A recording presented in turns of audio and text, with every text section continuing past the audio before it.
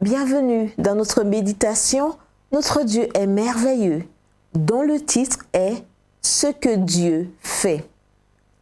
Que personne ne méprise ta jeunesse. 1 Timothée 4, verset 12.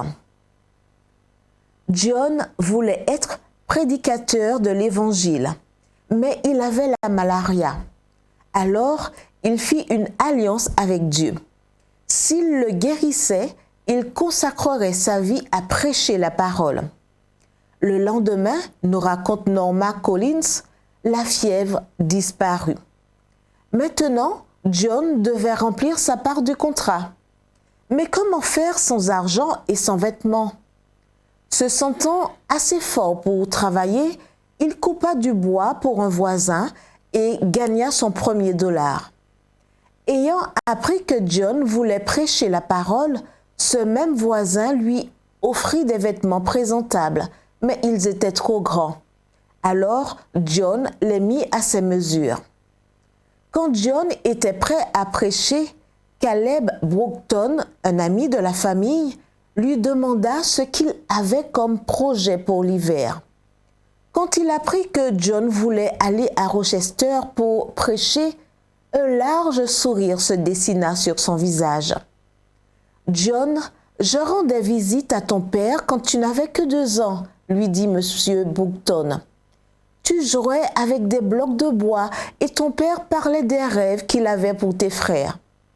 Je lui ai demandé ce qu'il attendait de toi. Il m'a dit, ce petit garçon fera sonner la trompette de l'Évangile. Alors, Brookton donna $3 à John pour couvrir ses frais. Le 2 janvier 1849, dans une église baptiste de Kendall Corners, New York, John prononçait son premier sermon.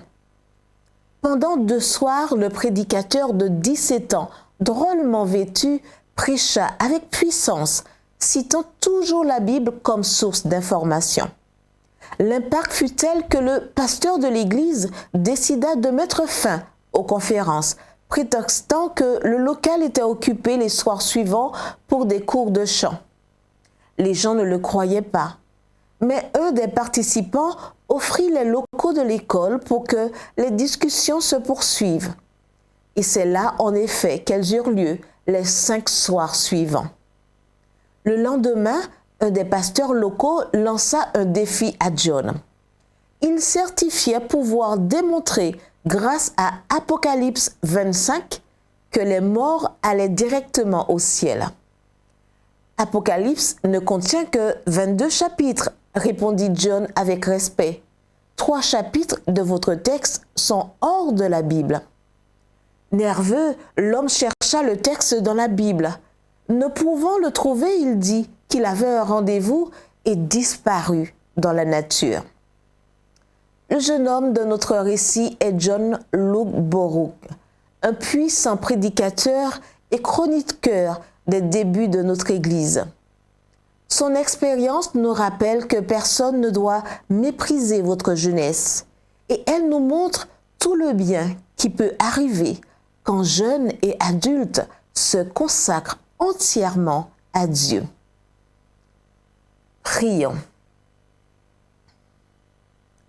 Rends-moi capable, Seigneur, de comprendre ta parole et de la partager avec ceux qui ne te connaissent pas. Au nom de Jésus. Amen.